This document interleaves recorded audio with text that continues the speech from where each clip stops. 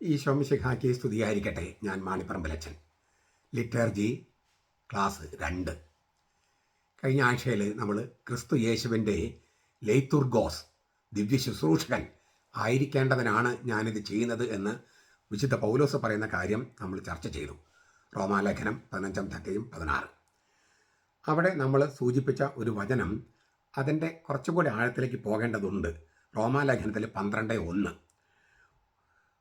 1-2 വാക്യങ്ങൾ. ഞാൻ ആ തിരുവചനം ഒന്ന് വായിക്കാം. എന്നിട്ട് അതിലെ പ്രധാനപ്പെട്ട ചില വാക്കുകൾ നമ്മൾ ചർച്ച ചെയ്യുകയാണ്.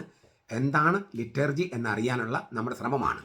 ബൈബിളിൽ ലിറ്റർജിയെക്കുറിച്ച് പറയുന്ന കാര്യങ്ങൾ ചിലയെല്ലാം കട്ടിയായ കാര്യങ്ങളാണ്. നിങ്ങൾ പല പ്രാവശ്യം കേൾക്കുമെന്നും അത് ഗ്രഹിക്കാനായിട്ട് പരിശ്രമിക്കുമെന്നും ഞാൻ പ്രത്യാശിക്കുന്നു. റോമാലേഖനം 12-ാം 1-2 വാക്യങ്ങൾ. ആകയാൽ സഹോദരന്മാരെ, ദൈവത്തിൻ്റെ മനസ്സലിവുകൾ കണക്കിലെടുത്തുകൊണ്ട് ഞാൻ നിങ്ങളോട് അഭ്യർത്ഥിക്കുന്നു, നിങ്ങൾ ബുദ്ധിയുള്ള ആരാധനയായി നിങ്ങൾ ശരീരങ്ങളെ വിശുദ്ധിയും ദൈവത്തിന് പ്രസാദവുമുള്ള സജീവ ബലിയായി സമർപ്പിക്കുവിൻ. ഈ ലോകത്തിന് അനുരൂപരാകരുത്, പ്രത്യുത നന്മയും പ്രസാദവും പൂർണ്ണതയുമുള്ള ദൈവഹിതം എന്തെന്ന് തിരിച്ചറിയേണ്ടതിന് മനസ്സ് പുതുക്കി രൂപാന്തരപ്പെടുവിൻ. ഇതിൻ്റെ ഒരു പൊതുവായ ആശയം ക്രിസ്തീയ ജീവിതം തന്നെ ആരാധനയാകണം എന്നതാണ്. ഈ ആദ്യത്തെ അധ്യായത്തിൽ വിഗ്രഹാരാധന എന്തെന്ന് പൗലോസ് വിശദീകരിച്ചിരുന്നു. റോമാലേഖനത്തിലെ ആദ്യത്തെ അധ്യായം 1-ാമത്തെ അധ്യായം 18-32 വാക്യങ്ങൾ. ആ വിഗ്രഹാരാധനയ്ക്ക് നേരെ വിപരീതമായിട്ടുള്ള ആരാധന, ശരിയായ ആരാധന, അതാണ് പൗലോസ് ഇവിടെ അവതരിപ്പിക്കുന്നത്. വിശ്വാസികൾ വിഗ്രഹാരാധനയോ മൃഗബലികളോ അല്ല സമർപ്പിക്കുക, ബുദ്ധിയുള്ള ആരാധനയാണ് സമർപ്പിക്കുക. സത്യവിശ്വാസികൾ ബുദ്ധിയുള്ള ആരാധനയാണ് സമർപ്പിക്കുക. വിഗ്രഹാരാധകരോ യുക്തിഹീനമായ പൂജയും. റോമാലേഖനം 1:22. വിശ്വാസികൾ തങ്ങളുടെ ശരീരങ്ങളെ ബലിയായി ദൈവത്തിന് സമർപ്പിക്കുന്നു.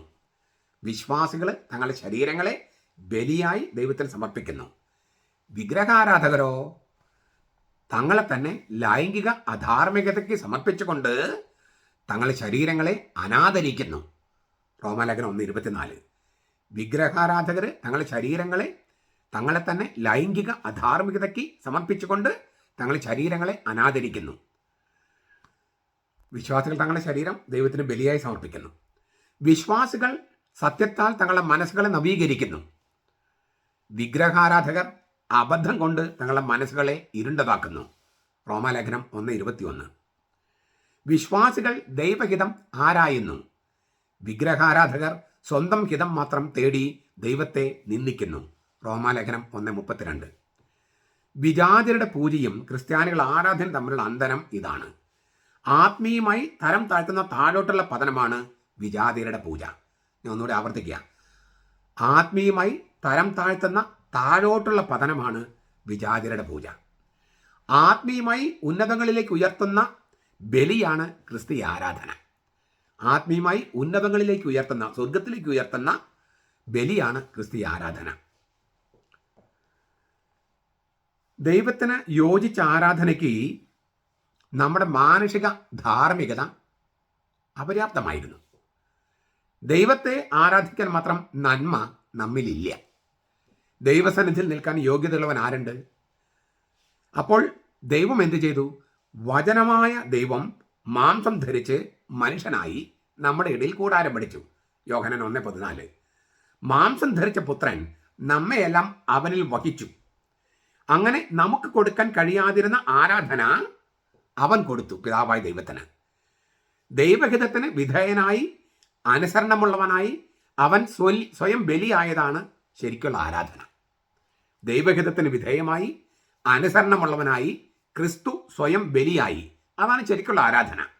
അതിനാൽ ക്രിസ്തുവിൻ്റെ അനുസരണത്തിലേക്ക് നമ്മെ വഹിച്ചു കൊണ്ടുപോകുന്ന ജ്ഞാനസ്നാനം എന്ന കൂദാശ, നമ്മെ എല്ലാവരെയും മൊത്തത്തിൽ ആലിംഗനം ചെയ്യുന്ന കുരിശിലെ അനുസരണത്തിൻ്റെ ആചരണമായ വിശുദ്ധ കുർബാന, ഈ 2 കൂദാശകൾ ക്രിസ്തീയ ജീവിതത്തിൻ്റെ കേന്ദ്ര ഭാഗമാണ്. ഞാൻ ഒന്നുകൂടി പറയാണ്. മരണം വരെയുള്ള അനുസരണം, അലംഘനീയമായ അനുസരണം, ആ അനുസരണമാണ് കുരിശിൽ കാണുന്നത്. അങ്ങനെ ദൈവഹിതത്തിന് വിധേയമായി മരണം വരെയുള്ള അനുസരണം കാഴ്ചവെച്ച് ആ അനുസരണത്തിന് വേണ്ടി സ്വയം ബലിയായി കുരിശിൽ തന്റെ ജീവൻ അർപ്പിച്ചു, പ്രാണൻ അർപ്പിച്ചു. ആ ക്രിസ്തുവിന്റെ ബലിയാണ് ശരിക്കുള്ള ആരാധന. അതിനാൽ ആ അനുസരണത്തിലേക്ക്, ക്രിസ്തുവിന്റെ ആ അനുസരണത്തിലേക്ക് നമ്മെ വഹിച്ചു കൊണ്ടുപോകുന്ന ഒരു കർമ്മമാണ് മാമോദീസ. ക്രിസ്തുവിന്റെ അനുസരണത്തിലേക്ക് നമ്മെ വഹിച്ചു കൊണ്ടുപോകുകയാണ്. അതുകൊണ്ടാണ് ക്രിസ്തുവിനോടൊപ്പം നമ്മൾ മരിക്കുന്നു എന്ന് പറയുന്നത്. മാമോദീസ സ്വീകരിക്കുമ്പോൾ ക്രിസ്തുവിനോടൊപ്പം മരിക്കുന്നു എന്ന് പറഞ്ഞാൽ ക്രിസ്തുവിനോടൊപ്പം ഈ അനുസരണത്തിലേക്ക്, ക്രിസ്തുവിന്റെ അനുസരണത്തിലേക്ക് നമ്മെ എടുത്തു വെക്കുകയാണ്. ആ അനുസരണം മരണത്തോളമുള്ള അനുസരണമാണ്.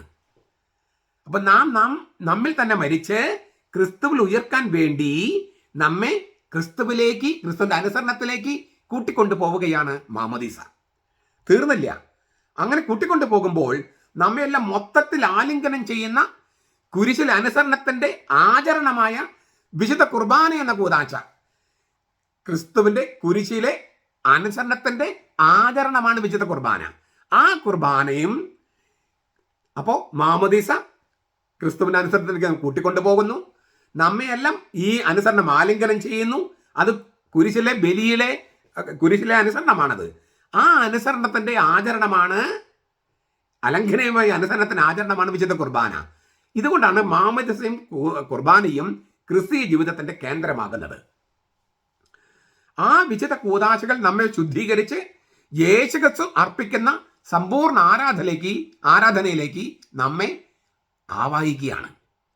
ക്രിസ്തുവിന്റെ മാംസം ധരിച്ച അനുസരണം, അവതാരം ചെയ്ത അനുസരണം തന്നെ, ക്രിസ്തുവിന്റെ മാംസം ധരിച്ച അനുസരണം, അവതാരം ചെയ്ത അനുസരണം തന്നെ നമുക്ക് പ്രവേശിക്കാനായി ഒരിടം തുറന്നിടുകയും ആ അനുസരണത്തിലൂടെ നമ്മുടെ തന്നെ ജീവിതം പുതിയൊരു ജീവിത പരിസരം കണ്ടെത്തുകയും ചെയ്യുകയാണ് ഈ മാമോദീസ, വിശുദ്ധ കുർബാന തുടങ്ങിയ കൂദാശകളിലൂടെ.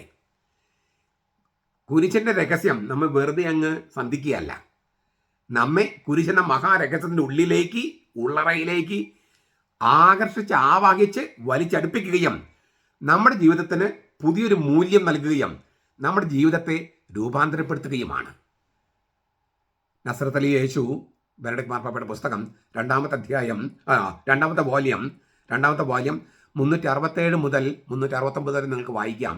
അപ്പോൾ ഇതേക്കുറിച്ച് കുറച്ചുകൂടി വിശദമായിട്ട് അവിടെ കാണാം. ഇതാണ് പൊതുവായിട്ട് ഈ റോമാലേഖനത്തിലെ 12ാമത്തെ അധ്യായം 1-2 വാക്യങ്ങളിൽ കാണുന്നത്. നമുക്കതിൻ്റെ കുറച്ചുകൂടി ആഴത്തിലേക്ക് കടക്കാം. പൗലോസ് പറയാണ് മനസ്സലിവുകൾ, അതായത് ദൈവത്തിൻ്റെ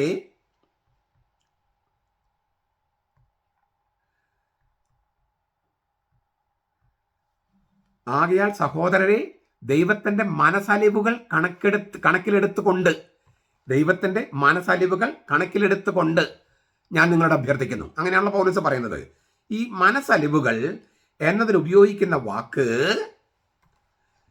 ഗ്രീക്കില് ഒയ്തിർമോസ് എന്നാണ്. ഒയ്തിർമോസ്, അലിവ്, അനുകമ്പ, കനിവ് എന്നെല്ലാം അർത്ഥം. ഇവിടെ ബഹുവചനത്തില് മനസ്സലിവുകൾ എന്നുപയോഗിച്ചിരിക്കുന്നു. ദൈവത്തിൻ്റെ മനസ്സലിവ് പല പ്രാവശ്യം ആവിഷ്കരിക്കപ്പെട്ടിട്ടുണ്ട്. അതാണ് ഈ പ്ലൂരൽ ബഹുവചനത്തിൽ പറയുന്നത്. അത് പൗലോസ് മുമ്പ് ചർച്ച ചെയ്തിട്ടുണ്ട് റോമാലേഖനത്തിൽ. 9-ാമത്തെ അധ്യായം 15-16 വാക്യങ്ങൾ, 18-ാമത്തെ വാക്യം, 23-ാം വാക്യം, പിന്നെ 11-ാം അധ്യായം 30-32 വാക്യങ്ങൾ. ഇവിടെയൊക്കെ ദൈവത്തിൻ്റെ മനസ്സലിവ് പല പ്രാവശ്യം ആവിഷ്കരിക്കപ്പെട്ടത് പൗലോസ് ചർച്ച ചെയ്തിട്ടുണ്ട്. ആ പല പ്രാവശ്യം ആവിഷ്കരിക്കപ്പെട്ട ദൈവത്തിൻ്റെ മനസ്സലിവ് അത് കാണിക്കാൻ വേണ്ടിയാണ് മനസ്സലിവുകൾ എന്ന് ബഹുവചനത്തിൽ ഉപയോഗിക്കുന്നത്. എന്നിട്ട് പറയാണ്, ദൈവത്തിൻ്റെ മനസ്സലിവുകൾ കണക്കിലെടുത്തുകൊണ്ട് ഞാൻ നിങ്ങളോട് അഭ്യർത്ഥിക്കുന്നു. അത് വളരെ പ്രധാനപ്പെട്ടതാണ്. ഞാൻ നിങ്ങളോട്, മറ്റുള്ളവരുടെ മേൽ അധികാരമുള്ള അപ്പസ്തോലൻ എന്ന നിലയിലാണ് പൗലോസ് സംസാരിക്കണേ. ഇതിനു മുമ്പ് അങ്ങനെ സംസാരിച്ചിട്ടുണ്ട്. റോമാലേഖനം 1:5, 11-13. എല്ലാവരും തുല്യരായതിനാൽ അധികാരഘടന വേണ്ട എന്നല്ല തിരുവചനം പഠിപ്പിക്കുന്നത്. മറിച്ച് സഭയിൽ ഒരു അധികാര ഘടനയുണ്ട്. പൗലോസ് അപ്പസ്തോലൻ എന്ന നിലയിൽ അധികാരമുള്ളവനാണ്. ആ അധികാരം വേണ്ട സ്ഥലത്ത് ഉപയോഗിക്കണം. അതാണ് പറയുന്നത്. ഞാൻ നിങ്ങളോട് പറയുന്നു, അതായത് എനിക്ക് നിങ്ങളുടെ മേൽ ചില അധികാരങ്ങളുണ്ട് എന്ന് വെച്ചാൽ മെക്കെട്ടുകാരാനുള്ള അധികാരമല്ല. പക്ഷേ ഈ വിശ്വാസ സത്യങ്ങൾ പഠിപ്പിക്കാനും വിശ്വാസ സത്യങ്ങൾ വ്യതിചലിച്ചാൽ ശകാരിക്കാനും തിരുത്താനുമുള്ള അധികാരം, ആ അധികാരമാണ് ഉപയോഗിക്കുന്നത്. അപ്പോൾ ദൈവത്തിൻ്റെ മനസ്സലിവുകൾ, പല പ്രാവശ്യം ആവിഷ്കരിക്കപ്പെട്ട ദൈവത്തിൻ്റെ അനുകമ്പ, അലിവ് കണക്കിലെടുത്തുകൊണ്ട് ഞാൻ പൗലോസ് എന്ന അപ്പസ്തോലൻ നിങ്ങളോട് അഭ്യർത്ഥിക്കുന്നു. എന്താണ് അഭ്യർത്ഥിക്കുന്നത്? നിങ്ങൾ ബുദ്ധിയുള്ള ആരാധനയായി നിങ്ങൾ ശരീരങ്ങളെ വിശുദ്ധിയും ദൈവത്തിന് പ്രസാദവുമുള്ള സജീവ ബലിയായി സമർപ്പിക്കുവേൻ. ബുദ്ധിയുള്ള ആരാധന. ബുദ്ധിയും ആത്മാവുമുള്ള ജീവിയാണ് മനുഷ്യൻ. അതുകൊണ്ട് മനുഷ്യൻ ദൈവത്തിന് കൊടുക്കേണ്ട ആരാധന മൃഗബലികളുടേതല്ല, സ്വന്തം ശരീരങ്ങളാണ്. ബുദ്ധിയുള്ള ആരാധന കൊടുക്കാനാണ് പൗലോസ് പറയണേ. ബുദ്ധിയും ആത്മാവുമുള്ള ജീവിയാണ് മനുഷ്യൻ. ഇത് രണ്ടുമില്ലാത്ത മൃഗങ്ങളെ സമർപ്പിച്ചിട്ട് കാര്യമില്ല. ഇപ്പോഴും ഒരുപാട് മതങ്ങളിൽ ഇപ്പം മുസ്ലിംസ് ഹജ്ജിന് പോകുമ്പോൾ അവസാനം ചെയ്യേണ്ടത് എന്താണ്? ഒരു മൃഗബലി അർപ്പിക്കുകയാണ്. അവർ പറയും അബ്രഹാമിൻ്റെ ബലിയുടെ ഓർമ്മയാണ്. എന്തിനാണ് അബ്രഹാം അങ്ങനെ മൃഗബലി അർപ്പിച്ചത്? അപ്പോൾ മൃഗബലികൾ എന്ന് പറയുന്നത് ഇപ്പോഴും തുടരുന്നു ഇസ്ലാമിൽ. ഹിന്ദു മതത്തിലും പലയിടത്തും ഇപ്പോഴും മൃഗബലികളുണ്ട്. നമുക്ക് വിവിധ ഈ ഹിന്ദു മതത്തിൽ തന്നെ പല പല ബ്രാഞ്ചസ് ഉണ്ട്, ശാഖകളുണ്ട്. പല ശാഖകളിലും ഇപ്പോഴും മൃഗബലികളുണ്ട്. മൃഗബലികൾ ഇല്ലാത്തിടത്തും കുരുതിപ്പൂജ എന്നൊക്കെ പറഞ്ഞിട്ട് ഈ ചുവന്ന കളറുള്ള, അതായത് രക്തത്തെ പ്രതിനിധാനം ചെയ്യുന്ന സംഗതികളുള്ള ആരാധനകളുണ്ട്. പക്ഷെ അവിടെയൊക്കെ പ്രശ്നം മനുഷ്യന് പകരം കൊടുക്കുന്നത് മൃഗത്തെയോ അല്ലെങ്കിൽ അതുപോലെ സംഗതികളാണ്. ബുദ്ധിയും ആത്മാവുമുള്ള മനുഷ്യന് പകരമായിട്ട് മൃഗത്തെ കൊടുത്താൽ മതിയോ? അത് ആരാധനയാകോ? ആരാധനയാകില്ല. അതുകൊണ്ടാണ് പൗലോസിലേക്ക് പറയുന്നത് ബുദ്ധിയുള്ള ആരാധനയായിട്ട് നിങ്ങൾ കൊടുക്കേണ്ടത് നിങ്ങളുടെ തന്നെ ശരീരമാണ്, അല്ലാതെ മൃഗങ്ങളുടെ ശരീരമല്ല. അല്ലെങ്കിൽ ഈ കുരുതിപ്പൂജയ്ക്ക് ഉപയോഗിക്കുന്ന പൂക്കൾ അതല്ല കൊടുക്കേണ്ടത്, നിങ്ങളുടെ ശരീരങ്ങൾ തന്നെയാണ്. ബലിയെയും ആരാധനയെയും കുറിച്ച് തീർത്തും അസ്തിത്വാത്മകമായ പുതിയൊരാശയമാണ് പൗലോസ് പറയണേ. ബലിയെക്കുറിച്ചും ആരാധനയെക്കുറിച്ചും. ബുദ്ധിയും ആത്മാവില്ലാത്ത മൃഗങ്ങളെയാണ് പഴയ നിയമത്തിൽ യാഗമായി അർപ്പിച്ചിരുന്നത്. അവയുടെ സ്ഥാനത്ത് ബുദ്ധിയുള്ള ആരാധനയായി സ്വന്തം ശരീരം, സ്വന്തം സ്വത്വം സമർപ്പിക്കണമെന്ന് പൗലോസ് പറയുകയാണ് നമ്മളോട്, മനുഷ്യരോട്. ആത്മീയ ആരാധന നമ്മൾ തർജ്ജമ ചെയ്യാറുണ്ട് ഇതിനെ. കാരണം ദേഹം, ദേഹി, ആത്മാവ് എന്നിവയുടെ നിഗൂഢതയുള്ള മനുഷ്യന് അനുയോജ്യമായ ബുദ്ധി കൊണ്ടും വചനം കൊണ്ടും നയിക്കപ്പെടുന്ന ആരാധനയാണിത്. അപ്പോൾ ബുദ്ധിയുള്ള ആരാധന എന്നതിന് പകരം ആത്മീയ ആരാധന എന്ന് തർജ്ജമ ചെയ്യും. അതിന് അർത്ഥം ഇതാണ്: മനുഷ്യൻ എന്ന് പറഞ്ഞാൽ ദേഹം, ദേഹി, ആത്മാവ്, ഈ മൂന്ന് നിഗൂഢതയുള്ള ഒരൊറ്റ ഉണ്മയാണ്, ഒരൊറ്റ ആളത്വമാണ് മനുഷ്യൻ. അതിനാൽ മനുഷ്യന് അനുയോജ്യമായത് ബുദ്ധിയും ബുദ്ധി പ്രകാശിപ്പിക്കുന്ന വചനവും. ബുദ്ധി അല്ലേ, ലോഗോസ്, ദിയ ലോഗോസ്, സംഭാഷണം. ബുദ്ധിയുള്ള ജീവിക്ക് സംഭാഷണമുള്ളൂ. ബുദ്ധി സംഭാഷണം, ലോഗോസ്, ദിയാലോഗോസ്, ഡയലോഗ്. അപ്പോൾ ഇത് രണ്ടും, ബുദ്ധിയും സംഭാഷണം അല്ലെങ്കിൽ വചനം, സംഭാഷണം വചനം, ആ സംഭാഷണം അല്ലെങ്കിൽ വചനവും ബുദ്ധിയും ചേർന്ന ഒരു ആരാധന കൊടുക്കണം. അല്ലാതെ ഇത് രണ്ടുമില്ലാത്ത ഒരു മൃഗത്തെ സമർപ്പിച്ചിട്ട് കാര്യമില്ല. ഒരാളുടെ അസ്തിത്വം മുഴുവൻ ദൈവത്തിന് സമർപ്പിക്കുക, അതാണ് മനുഷ്യ യുക്തിക്ക് നിരക്കുന്ന ശരിക്കുള്ള ആരാധന. ഒരാളുടെ അസ്തിത്വം, എൻ്റെ ആളത്വം, അസ്തിത്വം മുഴുവൻ ദൈവത്തിന് സമർപ്പിക്കുക. ക്രിസ്തീയ സമുദായം ഒരേ വചനം, ഒരേ വിശ്വാസം, ഒരേ കൂതാശകൾ, ഒരേ അധികാരഘടന എന്നിവയാൽ ഐക്യപ്പെട്ടിരിക്കുകയാണ്. അതിനാൽ ആ സമുദായത്തിലെ ഓരോ അംഗങ്ങളും നന്മ കൊണ്ട് തിന്മയെ കീഴ്പ്പെടുത്തുകയും അങ്ങനെ സമുദായം തന്നെ പരിശുദ്ധിന് പിന്നാലെ പോകുന്നവരുടെ കൂട്ടായ്മയായി മാറുകയും അവരുടെ ശരീരം തന്നെ ദൈവത്തിന് സ്വീകാര്യമായ ബലിയായി അർപ്പിക്കുകയും ചെയ്യുക. ഇതിനെയാണ് ബുദ്ധിയുള്ള ആരാധന എന്നതുകൊണ്ട് പൗലോസ് ഉദ്ദേശിക്കുന്നത്.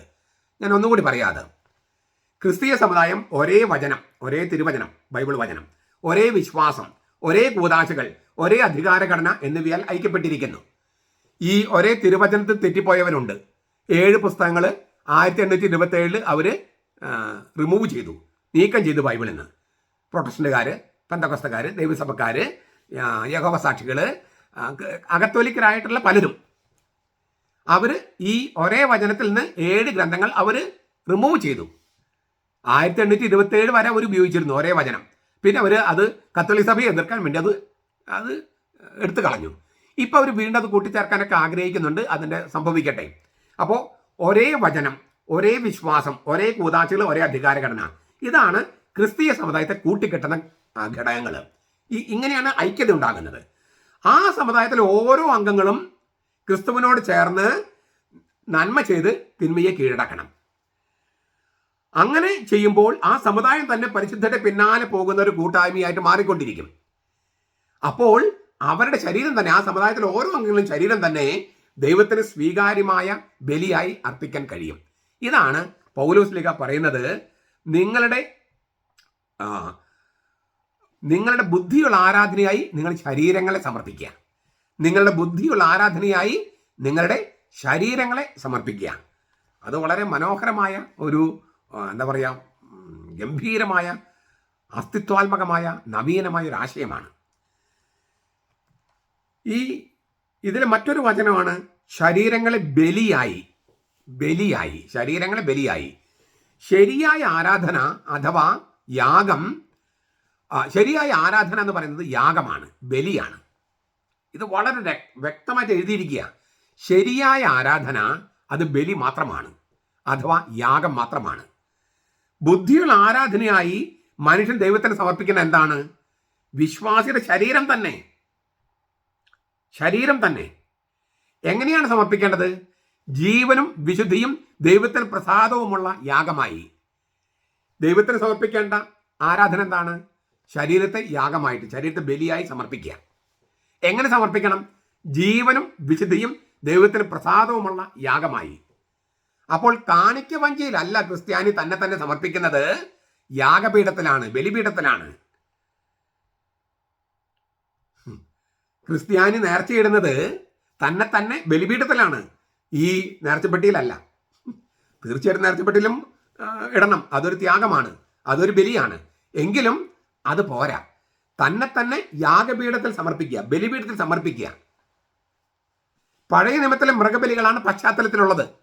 എന്നാൽ ചത്ത മൃഗങ്ങളല്ല, അറക്കപ്പെട്ട മൃഗങ്ങളല്ല, ജീവനും വിശുദ്ധിയും പ്രസാദവുമുള്ള സ്വന്തം ശരീരങ്ങളെയാണ് ക്രിസ്ത്യാനി യാഗമായി കൊടുക്കുന്നത്. ചത്ത മൃഗങ്ങളെയല്ല, അറക്കപ്പെട്ട മൃഗങ്ങളെയല്ല, ജീവനും വിശുദ്ധിയും പ്രസാദവുമുള്ള സ്വന്തം ശരീരങ്ങളെയാണ് യാഗമായിട്ട് ക്രിസ്ത്യാനി കർത്താവിന് കൊടുക്കുന്നത്. കർത്താവ് അപ്പം എന്ത് ചെയ്യും? ക്രിസ്തു എന്ത് ചെയ്യും? ആ ശരീരങ്ങളെടുത്ത് തൻ്റെ ശരീരത്തോട് താതാത്മ്യപ്പെടുത്തും, എന്നിട്ട് ദൈവപിതാവിന് സമർപ്പിക്കും. അപ്പോൾ പരിശുദ്ധാത്മാവ് അവയിലേക്ക് ഇറങ്ങി വരും, അവ ക്രിസ്തുവിന് ശരീരമായി മാറും. നോക്കുക, നമ്മൾ ജീവനും വിശുദ്ധിയും ദൈവത്തിന് പ്രസാദമുള്ള ശരീരം നമ്മൾ ക്രിസ്തുവിൻ്റെ കൈകളിൽ കൊടുക്കും, നമ്മുടെ ശരീരം. ആ ശരീരം കർത്താവ് തൻ്റെ ശരീരത്തോട് ചേർത്ത് പിതാവിന് സമർപ്പിക്കും. അപ്പോൾ പിതാവ് പരിശുദ്ധാത്മാവിനെ ആ വസ്തുക്കളിലേക്ക്, പൊക്കിപ്പിടിച്ചിരുന്ന വസ്തുക്കളിലേക്ക് അയക്കും. അപ്പോൾ അത് തന്നെ ക്രിസ്തുവിൻ്റെ ശരീരമായി മാറും. കൂട്ടത്തിൽ നമ്മുടെ ശരീരവും ദൈവത്തിന് സ്വീകാര്യമായ ബലിയായി മാറും. നിങ്ങൾക്ക് മനസ്സിലാകുന്നുണ്ടോ? എന്തുമാത്രം ആഴമേറിയ ദൈവശാസ്ത്രമാണ് പൗലോസ് പറഞ്ഞു വെക്കുന്നത്. തൻ്റെ ശരീരമായി മാറിയ, തൻ്റേതായി മാറിയ ശരീരം ക്രിസ്തു വിശ്വാസിക്ക് നൽകുകയാണ് ദിവ്യകാരുണ്യത്തിലൂടെ. അത് കൈക്കൊള്ളുന്ന ക്രിസ്ത്യാനി ക്രിസ്തുവുമായിട്ട് ഒരു ശരീരമായി മാറുന്നു. ക്രിസ്തുവുമായി ഒന്നാക്കുന്ന ഈ കൗതാശിക യാഥാർത്ഥ്യം അനുദിനമുള്ള ജീവിതത്തിൽ ക്രിസ്ത്യാനിക്ക് വലിയ വെല്ലുവിളിയാണ്. കാരണം ക്രിസ്തുവുമായി ഒന്നായ ആൾ ആ അന്തസ്സിന് ചേർന്ന വിധം ജീവിക്കണമല്ലോ. ജീവനും വിശുദ്ധിയും പ്രസാദമുള്ള ആളായിട്ട് ജീവിക്കണം. ആ ശരീരം, അങ്ങനെ ജീവിച്ചാളുടെ ശരീരമാണ് ബലിപീഠത്തിൽ കൊടുക്കുന്നത്. അതാണ് ക്രിസ്തു എടുത്ത് പിതാവിന് തൻ്റെ ശരീരത്തിൽ ചേർത്ത് കൊടുക്കുന്നത്. അതിലേക്കാണ് ദൈവം പരിശുദ്ധാത്മാവിനെ അയക്കുന്നത്. പിതാവിൽ നിന്ന് പുറപ്പെടുന്ന പരിശുദ്ധാത്മാവ് വരുന്നത് അതിലേക്കാണ്. അപ്പോൾ അത് ക്രിസ്തുവിന്റെ ശരീരമായി മാറുകയും ആ ശരീരം ക്രിസ്തു നമുക്ക് തരികയും നമ്മൾ അവന്റെ ശരീരമായിട്ട് ഒന്നാവുകയും ചെയ്യുന്നു. ഇനി ഞാനല്ല, ക്രിസ്തുവാണ് എന്നിൽ ജീവിക്കുന്നതെന്ന് നമുക്ക് കത്തോലിക്കർക്ക് ശരിക്കും പറയാൻ പറ്റൂ. കാരണം മറ്റുള്ളവർ ആരും ക്രിസ്തുവായിട്ട് ഇതുപോലെ ഒന്നാകുന്നില്ല. വിശ്വാസത്തിൽ ഒന്നാകുന്നവർ വിചാരിക്കുന്നു, അതൊരു സങ്കല്പം മാത്രമായി നിൽക്കാൻ സാധ്യതയുണ്ട്. അപ്പോൾ ഇതൊരു ക്രിസ്തുവായിട്ട് ഒന്നാക്കുന്ന ഈ കൗതാശ യാഥാർത്ഥ്യം ക്രിസ്ത്യാനിൽ നിന്ന് വലിയ വെല്ലുവിളിയാണ് ആവശ്യപ്പെടുന്നത്. കാരണം ക്രിസ്തുവുമായി ഒന്നായ ആള്, ആ ശരീരം ആ അന്തസ്സിന് ചേർന്ന വിധത്തിൽ ജീവിക്കണം. ശരീരങ്ങളെ യാഗമായി നിവേദിക്കുക എന്നതിന് ജഡിക താല്പര്യങ്ങൾ ഹനിക്കുക, ഇല്ലേ, നശിപ്പിക്കുക എന്നൊരർത്ഥമുണ്ട്. റോമാലേഖനം 8:13. അങ്ങനെ നമ്മുടെ ശരീരത്തിലെ അവയവങ്ങൾ നീതിയുടെ ഉപകരണങ്ങളായി മാറണം എന്ന് പറയുന്നുണ്ട് പൗലോസ്. 6:13 റോമാലേഖനം. അപ്പോൾ ആത്മസംയമനം, ആത്മനിയന്ത്രണം, മിതത്വം, ചാരിത്രം, പാതിവ്രത്യം, ശുദ്ധത എന്നിവയെല്ലാം ഇവിടെ ഉദ്ദേശിക്കുന്നുണ്ട്. അങ്ങനെയാണ് ജീവനും വിശുദ്ധിയും പ്രസാദവുമുള്ള യാഗമായി ശരീരം, ജീവനും വിശുദ്ധിയും പ്രസാദമുള്ള ശരീരം യാഗമായി സമർപ്പിക്കാൻ നമുക്ക് കഴിയുന്നത്. അപ്പോൾ ആത്മസംയമനം വേണം, ആത്മനിയന്ത്രണം വേണം, മിതത്വം വേണം, ചാരിത്രം വേണം, പാതിവ്രത്യം വേണം, ശുദ്ധത വേണം. അതായത് നമ്മുടെ ശരീരങ്ങളെ യാഗമായി നിവേദിക്കുമ്പോൾ നമുക്ക് പിന്നെ ജഡിക താല്പര്യങ്ങൾ ഇല്ല എന്ന് വരും. കാരണം അത് ബലിയായി കൊടുത്തു, ശരീരം ബലിയായി കൊടുത്തു. അപ്പോൾ ശരീരത്തിലെ അവയവങ്ങൾ തന്നെ നീതിയുടെ ഉപകരണങ്ങളായിട്ട് മാറുകയാണ്. ജഡമായ മനുഷ്യൻ പരിശുദ്ധാത്മാവിൽ ജനിക്കാൻ തയ്യാറായാൽ ജഡം തന്നെയും ഉത്ഥാനം ചെയ്ത് ആത്മാവായി തീരും. ജോൺ ക്രിസോസ്റ്റമിന്റെ വാക്കുകളാണ്. ജഡമായ മനുഷ്യൻ പരിശുദ്ധാത്മാവിൽ ജനിക്കാൻ തയ്യാറായാൽ ജഡം തന്നെയും ഉത്ഥാനം ചെയ്ത് ആത്മാവായി തീരും. ഈ സാധ്യതയാണ് പരിപൂർണതയുള്ള മനുഷ്യനായി യേശുവിന്റെ ശരീരത്തോടു കൂടെയുള്ള ഉത്ഥാനം വെളിപ്പെടുത്തിയത്. മാമോദിസ സ്വീകരിച്ച വിശ്വാസിയുടെ ശരീരമാണ് ദേവാലയമെന്നും ആ ശരീരത്തെ വചനമായി രൂപാന്തരപ്പെടുത്തുന്നതാണ് ദൈവത്തിന് ചേർന്ന പരമമായ ആരാധനയെന്നും പൗലോസ് വ്യക്തമാക്കുകയാണ്. തിന്മയായത് കാണുന്നതിൽ നിന്ന് കണ്ണുകളെ വിലക്കുമ്പോൾ അതൊരു ബലിയാണ്. അഴുക്കായ സംഗതികളെക്കുറിച്ച് സംസാരിക്കാതെ നാവിനെ നിയന്ത്രിക്കുന്നത് ഒരു യാഗമാണ്. നിയമവിരുദ്ധമായ സംഗതികൾ ചെയ്യാൻ കൈകൾ അനുവദിക്കാതിരിക്കുന്നതും ഒരു ബലി തന്നെ. വിപരീത ദിശയിൽ ധർമ്മം കൊടുക്കാൻ കൈകൾ, ശപിക്കുന്നതിന് പകരം അനുഗ്രഹിക്കാൻ നാവ്, വേദവചനം വായിച്ച് കേൾക്കാൻ കാതുകൾ എന്നിവ ഉപയോഗപ്പെടുത്തുന്നതും ബലിയുടെ ഭാഗം തന്നെ. വിശുദ്ധ ജോൺ ക്രിസോസ്റ്റം ഹോമിലീസ് ഓൺ റോമൻസ് എന്ന് പറഞ്ഞിട്ടുള്ള ആ ഗ്രന്ഥത്തിൽ 20. തിന്മയായത് കാണുന്നതിൽ നിന്ന് കണ്ണുകളെ വിലക്കുമ്പോൾ അതൊരു ബലിയാണ്. അഴുക്കായ സംഗതികളെക്കുറിച്ച് സംസാരിക്കാതെ നാവിനെ നിയന്ത്രിക്കുന്നത് ഒരു യാഗമാണ്. നിയമവിരുദ്ധമായ സംഗതികൾ ചെയ്യാൻ കൈകൾ അനുവദിക്കാതിരിക്കുന്നത് ഒരു ബലി തന്നെ. വിപരീത ദിശയിൽ ധർമ്മം കൊടുക്കാൻ കൈകളും ശപിക്കുന്നതിന് പകരം അനുകരിക്കാൻ നാവും, വേദവചനം വായിച്ചു കേൾക്കാൻ കാതുകൾ ഉപയോഗിക്കുന്നതും ബലി തന്നെ. ഇങ്ങനെ നമ്മുടെ ശരീരങ്ങളെ ബലിയായി രൂപാന്തരപ്പെടുത്തിക്കൊണ്ട് വേണം ദിവ്യബലി എന്ന് പറഞ്ഞ വിശുദ്ധ കുർബാന സംബന്ധിക്കാൻ പോകാൻ. ഇനി അടുത്തൊരു വാക്കതാണ്, നിങ്ങളുടെ ശരീരങ്ങളെ സജീവ ബലിയായി സമർപ്പിക്കുവിൻ. സജീവ ബലി ഗ്രീക്കില് തൂസിയാൻ സൊസാൻ എന്നാണ്. സൂസിയാൻ സൊസാൻ. ജീവനുള്ള ബലി, ജീവിക്കുന്ന ബലി, ജീവനുള്ള യാഗം എന്നെല്ലാം തർജ്ജമ ചെയ്യുന്നു. സാഓ എന്ന വാക്കിൽ നിന്ന് സൊസാൻ ഉത്ഭവിക്കുന്നു. ജീവിക്കുക, ജീവനുള്ളതായിരിക്കുക, സജീവമായിരിക്കുക എന്നെല്ലാം അർത്ഥം. മരണത്തിൽ നിന്ന് ജീവനിലേക്ക് തിരിച്ചു വരുന്നതിനെയും ഇത് സൂചിപ്പിക്കുന്നുണ്ട്. നടപടി ഗ്രന്ഥം 17:28. അറുക്കുക, ബലിമൃഗത്തെ കൊല്ലുക എന്നെല്ലാം അർത്ഥമുള്ള ത്യൂഓ എന്ന വാക്കിന്റെ നാമരൂപമാണ് ത്യൂസിയ. ബലിമൃഗത്തെ അറുത്ത് യാഗപീഠത്തിൽ വെച്ച് കത്തിച്ച് കളയുന്ന ഹോമയാഗത്തിനും ഇതേ വാക്കാണ് ഉപയോഗിക്കുന്നത്, ത്യൂസിയാൻ. പഴയ നിയമത്തിലെയും മറ്റു മതങ്ങളിലെയും ബലികളിൽ മൃഗങ്ങൾ കൊല്ലപ്പെടുകയാണ്. അവയ്ക്ക് മനുഷ്യരെ വിശുദ്ധമാക്കാനുള്ള കെൽപ്പില്ല. പുതിയ നിയമത്തിൽ ദൈവവും മനുഷ്യനും പാപരഹിതനുമായ യേശു സ്വന്തം ശരീരം യാഗമായി അർപ്പിക്കുകയും മരിച്ച് കബറടക്കപ്പെട്ടതിന് ശേഷം ഉയർക്കുകയും ചെയ്തതുകൊണ്ട് പുതിയ ജനശീലുള്ള ജീവനിലേക്ക് പ്രവേശിച്ചു. അതിനാൽ പുതിയ നിയമത്തിലെ ബലിയിൽ ബലിവസ്തു പുതിയ തരത്തിൽ ജീവിക്കുകയാണ്. ബലിവസ്തു യേശുവിന്റെ ശരീരം തന്നെയാണ്.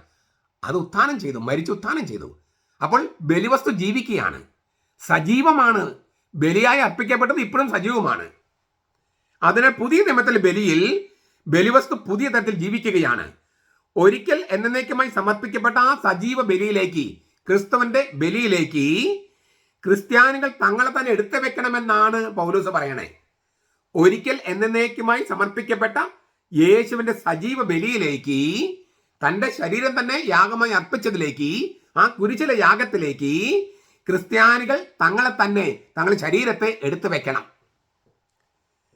നാം നമ്മുടെ ശരീരത്തെ ക്രിസ്തുവിന് സമർപ്പിക്കുമ്പോൾ ക്രിസ്തു അതെടുത്ത് തന്റെ ഉത്തിത ശരീരമായി പുതിയ തരത്തിലുള്ള ജീവരൂപമായി ഒന്നാക്കുകയാണ്. പഴയ നിയമത്തിലെ മൃഗബലികളിൽ മരണം മാത്രമേ ഉണ്ടായിരുന്നുള്ളൂ. പുതിയ നിയമത്തിലെ യാഗത്തിൽ മരണവും ഉയർപ്പുമുണ്ട്. അതിനാൽ ഇതൊരു സജീവ ബലിയാണ്. സജീവ ബലിയാണ്. യേശുവിന്റെ മരണത്തോടും ഉയർപ്പിനോടും ഒപ്പം നമ്മുടെ ശരീരവും മരിച്ച് ഉയർക്കുകയാണ്. ഇത് ഇന്ന് ഇവിടെ കൗതാശികമായി സംഭവിക്കുന്നത് വിശുദ്ധ കുർബാനയിലാണ്. ഈ ഒരു ആസ്പെക്ട്, ഈ അവസാനം പറഞ്ഞ സംഗതി ഉണ്ടല്ലോ, ഇത് വേണ്ടത്ര മനസ്സിലാക്കാത്തത് കൊണ്ടാണ് കത്തോലിക്ക സഭയിൽ നിന്ന് വിട്ടുപോയവര് ഈ കർത്താവിന്റെ മരണം നമ്മൾ ആവർത്തിക്കുകയാണ് പറയണേ. കർത്താവിന്റെ മരണം നമ്മൾ ആവർത്തിക്കുകയല്ല, മറിച്ച് സജീവ ബലി എന്ന് പറഞ്ഞത് പൗലോസ്. ജീവിക്കുന്ന ബലി, അതായത് അറുക്കപ്പെടുക, കൊല്ലപ്പെടുക എന്ന വാക്കാണ് ഉപയോഗിച്ചിരിക്കുന്ന തൂസിയാൻ. പക്ഷേ അതിനോട് ചേർത്ത് പറഞ്ഞിരിക്കുകയാണ് അത് ഇപ്പോ പഴയ നിയമത്തിൽ ഇത് അറുക്കപ്പെട്ടത് കൊല്ലപ്പെട്ടതാണ്. പുതിയ നിയമത്തിൽ അങ്ങനെയല്ല, അറുക്കപ്പെടുകയും കൊല്ലപ്പെടുകയും ചെയ്തിട്ട് ഉയർത്തു സജീവമായി. അതിനാൽ സോസാൻ ജീവിക്കുന്ന ബലിയാണ്. പഴയ നിയമത്തില് അറുക്കപ്പെട്ട കൊല്ലപ്പെട്ട ബലിയാണ്. പുതിയ നിയമത്തില് അറുക്കപ്പെട്ട അല്ലെങ്കിൽ കൊല്ലപ്പെട്ട ആ ബലിവസ്തു, ആ കുഞ്ഞാട് മരിച്ച് ഉത്ഥാനം ചെയ്തു, ജീവിക്കുകയാണ്. പുതിയ നിയമത്തിലെ ബലിവസ്തു ജീവിക്കുകയാണ്. മരിച്ചു, കൊല്ലപ്പെട്ടു, അറുക്കപ്പെട്ടു, കുരിശിൽ കൊല്ലപ്പെട്ടു, പക്ഷേ മരിച്ചവൻ ഉയർത്തെഴുന്നേറ്റു, അതേ ശരീരത്തോടു കൂടി ഉയർത്തെഴുന്നേറ്റു. അതിനാൽ അറുക്കപ്പെട്ട ബലി എന്ന് പഴയ നിയമത്തിൽ പറഞ്ഞതിന് പകരം പുതിയ നിയമത്തിൽ പറയുന്നത് സജീവ ബലി എന്നാണ്. അറുക്കപ്പെട്ടെങ്കിലും ഉയർപ്പിക്കപ്പെട്ട ബലി എന്നാണ് അർത്ഥം. അറുക്കപ്പെട്ടെങ്കിലും ഉയർപ്പിക്കപ്പെട്ട ബലി, കൊല്ലപ്പെട്ടെങ്കിലും എഴുന്നേറ്റ് നിൽക്കുന്ന കുഞ്ഞാട്, വെളിപാട് പുസ്തകത്തിലെ ആ ബലിയാണ് ഉദ്ദേശിക്കുന്നത്. അതിനാൽ നാം നമ്മുടെ ശരീരത്തെ തന്നെ കുർബാനയിൽ കർത്താവിന് സമർപ്പിക്കുമ്പോൾ കർത്താവ് അത് കർത്താവിന് ഉത്തിത ശരീരമായിട്ട് ഒന്നാക്കുകയാണ്. കുരിശിലെ മരണവുമായിട്ട് മാത്രമല്ല, തൻ്റെ ഉത്തിത ശരീരവുമായിട്ട് ഒന്നാക്കുകയാണ്. അങ്ങനെ ഉത്തിത ശരീരമായി ഒന്നാക്കുമ്പോൾ പുതിയ തരത്തിലുള്ള ജീവരൂപമായി, കർത്താവിന് ഉത്തിത ശരീരം ഒന്നാക്കുമ്പോൾ പുതിയ തരത്തിലുള്ള ജീവരൂപം, പുതിയ ജനിച്ചിലുള്ള ജീവൻ അതുമായി ഒന്നാക്കപ്പെടുകയാണ്. അതിനാൽ പഴയ നിയമത്തിലെ മൃഗബലികളിൽ മരണം മാത്രമേ ഉണ്ടായിരുന്നുള്ളൂ. പുതിയ നിയമത്തിലെ യാഗത്തിൽ മരണവും ഉയർപ്പുമുണ്ട്. ഉയർപ്പ്, അതിനാൽ ഇത് ജീവിക്കുന്ന ബലിയാണ്, സജീവ ബലിയാണ്. യേശുവിന്റെ മരണത്തോടും ഉയർപ്പിനോടും ഒപ്പം നമ്മുടെ ശരീരവും മരിച്ച് ഉയർക്കുകയാണ്. മരിച്ചിട്ട് പോയവനല്ല ക്രിസ്തു, മരിച്ച് മൺമറഞ്ഞവനല്ല ക്രിസ്തു. അവൻ ജീവിക്കുന്നു. ജീവിക്കുന്ന ബലിയായി അർപ്പിക്കാൻ അവന്റെ ശരീരത്തിൽ അവൻ ആ പഞ്ചക്ഷതങ്ങൾ സൂക്ഷിച്ചു. അത് അന്നത്തെ ബലി ലോകാവസാനം വരെ തുടരാൻ, അന്ന് ഒരിക്കൽ എന്നേക്കുമായി അർപ്പിക്കപ്പെട്ട ബലി ലോകാവസാനം വരെ തുടരാൻ വേണ്ടിയാണ് യേശു തന്റെ ഉത്തിത ശരീരത്തിൽ പഞ്ചക്ഷതങ്ങൾ നിലനിർത്തിയത്. ബലിയുടെ അടയാളമാണ് ഈ തിരുമുറിവുകൾ. ആ തിരുമുറിവുകൾ കാണിച്ചുകൊണ്ടാണ് ക്രിസ്തു എപ്പോഴും പ്രത്യക്ഷപ്പെട്ടത്. അതായത് അന്നത്തെ ബലി ഒരിക്കൽ എന്നേക്കുമായുള്ള ബലി ഒരിക്കൽ മാത്രമായി നിർത്തി പോകാൻ പാടില്ല. അത് ലോകാവസാനം വരെ തുടരണം, ആവർത്തിക്കല്ല, തുടരണം. അതിനു വേണ്ടിയിട്ടാണ് പഞ്ചക്ഷതങ്ങൾ ബലിയായി അർപ്പിക്കപ്പെട്ടതിന്റെ ആ സ്മരണ ശരീരത്തിൽ നിലനിർത്തിയിരിക്കുന്നത്. ആ ശരീരത്തിലേക്കാണ് നമ്മുടെ ശരീരത്തെ ഉൾച്ചേർക്കുന്നത് മാമോദീസായില്. ആ ശരീരത്തിലേക്ക്, ഈ ക്രിസ്തുവിന്റെ ശരീരത്തിൽ ഉൾച്ചേർക്കപ്പെട്ട നമ്മുടെ ശരീരത്തെ നാം ബലിപീഠത്തിൽ എടുത്തു വെക്കുകയാണ്. യേശു അപ്പോൾ അത് എടുത്തിട്ട് കർത്താവിന് തൻ്റെ ഉത്തിത ശരീരമായി ഒന്നാക്കും, പുതിയ ജീവരൂപമായിട്ട് ഒന്നാക്കും. അപ്പോൾ ജീവിക്കുന്ന ബലിയാണത്. 2000 വർഷങ്ങൾക്ക് മുമ്പ് ഇല്ലേ ഒരിക്കൽ എന്നേക്കുമായി സമർപ്പിച്ച ബലി ഇന്ന് സജീവമായി നിലനിൽക്കുന്നു എന്നാണ് പറഞ്ഞത് പൗലോസ്. സജീവമായി ഇന്ന് നിലനിൽക്കുന്നു. അതിനാൽ തന്നെ സജീവ ബലിയായിട്ടാണ് നമ്മൾ അർപ്പിക്കുന്നത്. മരിച്ച ബലിയായിട്ടല്ല, അറക്കപ്പെട്ട ബലിയായിട്ടല്ല, ജീവിക്കുന്ന ബലിയായിട്ടാണ് അർപ്പിക്കുന്നത്. ഈ കാര്യം മനസ്സിലാക്കുന്നതിലാണ് പെന്തക്കോസ്തക്കാരും ദൈവസഭക്കാരും യഹോവ സാക്ഷികൾക്ക് തെറ്റുപറ്റിയിരിക്കുന്നത്. സജീവ ബലി എന്ന വാക്കിന്റെ അർത്ഥം അവർക്ക് മനസ്സിലായിട്ടില്ല. അവരിപ്പോഴും അറക്കപ്പെട്ട ബലി എന്ന് വിചാരിച്ചിരിക്കണേ, കൊല്ലപ്പെട്ട ബലി എന്ന് വിചാരിച്ചിരിക്കണേ. അതുകൊണ്ടാണ് അന്നത്തെ കൊല്ലപ്പെട്ട ബലിയിലേക്ക് നമുക്ക് പ്രവേശിക്കാൻ പറ്റില്ല എന്ന് പറയണേ. അതായത് തത്വത്തിൽ അവര് ഉത്ഥാനം തന്നെ നിഷേധിക്കുകയാണ്, അറിഞ്ഞോ അറിയാതെയോ. യേശു ഉത്ഥാനം ചെയ്ത കാര്യം നിഷേധിക്കുന്നത് കൊണ്ടാണ് അവർക്കിത് മനസ്സിലാക്കാൻ പറ്റാതെ പോകുന്നത്. ഇനി അതിലത്തെ ഒരു വാക്കുകൂടി നമുക്ക് നോക്കാം. സമർപ്പിക്കുവിൻ, നിങ്ങളെ സജീവ ബലിയായി സമർപ്പിക്കുവിൻ എന്നാണ് പറയണേ. എന്താണ് ഈ സമർപ്പിക്കുവിൻ എന്ന വാക്കിനർത്ഥം? പരിസ്തേമി എന്ന ഗ്രീക്ക് വാക്കാണ് ഉപയോഗിക്കണേ. പരിസ്തേമി ഒരാളുടെ മുമ്പിൽ ഹാജരാക്കുക, കാണിക്കുക, സമർപ്പിക്കുക, വഴങ്ങുക, ആത്മാർപ്പണം ചെയ്യുക, കാഴ്ചവെക്കുക, നിവേദിക്കുക എന്നെല്ലാം ഇതിന് അർത്ഥമുണ്ട്.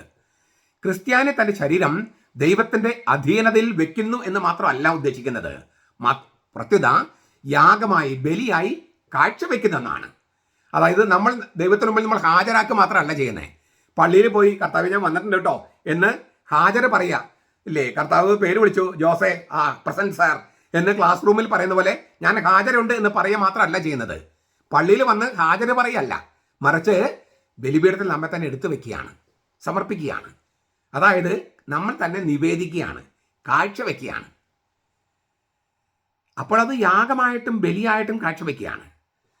മറ്റ് മതസ്ഥര് മൃഗങ്ങളെ ദൈവത്തിന് മുമ്പിൽ ഹാജരാക്കുകയായിരുന്നു.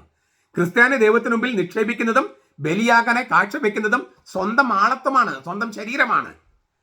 അത് മൃതമായ ആളത്വമല്ല, ജീവനും വിശുദ്ധിയും പ്രസാദവുമുള്ള ആളത്വം. മൃഗബലികൾ അറക്കപ്പെട്ട മൃഗത്തെയാണല്ലോ സമർപ്പിക്കുന്നത്, അത് ജീവനുള്ളതല്ല. നമ്മൾ ജീവനോടുകൂടിയാണ് സമർപ്പിക്കുന്നത്, ജീവനും വിശുദ്ധിയും പ്രസാദവുമുള്ളത്. വിശ്വാസയുടെ ആളത്വം മുഴുവൻ ദൈവത്തിന് സമർപ്പിക്കുക എന്ന പ്രക്രിയയിൽ ശരീരത്തിന് അങ്ങേയറ്റം പ്രാധാന്യം കൊടുത്തിരിക്കുകയാണ് പൗലോസ്. എന്ന് വെച്ചാൽ നമുക്കൊരു ചോദ്യം ചോദിക്കാം. നമ്മുടെ രക്ഷ എന്ന പദ്ധതിയിൽ, ദൈവിക പദ്ധതിയിൽ ദൈവത്തിൻ്റെ റോൾ എന്താണ്? നമ്മുടെ റോൾ എന്താണ്? തീർച്ചയായിട്ടും രക്ഷ എന്നത് ദൈവം നൽകുന്ന ദാനമാണ്, സൗജന്യ ദാനം, തീർത്തും. എന്നാൽ സൗജന്യ ദാനമാണെന്ന് കരുതി മനുഷ്യന്റെ ഉത്തരവാദിത്വത്തെ ഇല്ലായ്മ ചെയ്യുന്നില്ല, അതിനെ ന്യൂനീകരിക്കുന്നില്ല ഉത്തരവാദിത്വത്തെ. ഇടുങ്ങിയ വാതിലിലൂടെ പ്രവേശിക്കാത്തവർക്ക് രക്ഷയിലേക്ക് പ്രവേശിക്കാൻ സാധിക്കില്ല. സൗജന്യ ദാനമാണ്, പക്ഷെ എന്ന് വിചാരിച്ച് നമ്മുടെ ഉത്തരവാദിത്വം ഇല്ലാണ്ടാകുമോ?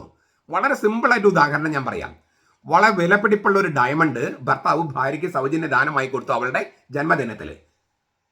ഒരു വളരെ വില കൂടിയ രത്നമോ അല്ലെങ്കിൽ ഡയമണ്ട് ഭർത്താവ് ഭാര്യയ്ക്ക് സൗജന്യ ദാനമായി അവളുടെ ജന്മദിനത്തിൽ കൊടുത്തു. ഇത് സൗജന്യമായി കിട്ടിയെന്ന് കരുതിയിട്ട് ആ ഭാര്യ അതിനെ വില കെട്ടതായിട്ട് കരുതുവോ? ഭർത്താവ് തന്നതുകൊണ്ടും സ്നേഹത്തോടെ നൽകിയത് കൊണ്ടും അതിൻ്റെ ഈ ഭൗതികമായ മൂല്യത്തിനപ്പുറത്തൊരു മൂല്യമുണ്ടല്ലോ, സ്നേഹത്തിൻ്റെ മൂല്യം. എത്രയോ അമൂല്യമായിട്ട് അവളത് കരുതും, എത്രയോ ഉത്തരവാദിത്വത്തോടെ അത് സൂക്ഷിക്കും, എത്രയോ ഉത്തരവാദിത്വത്തെ അത് അണിയും. രണ്ട് വിലയുണ്ട് അതിന്.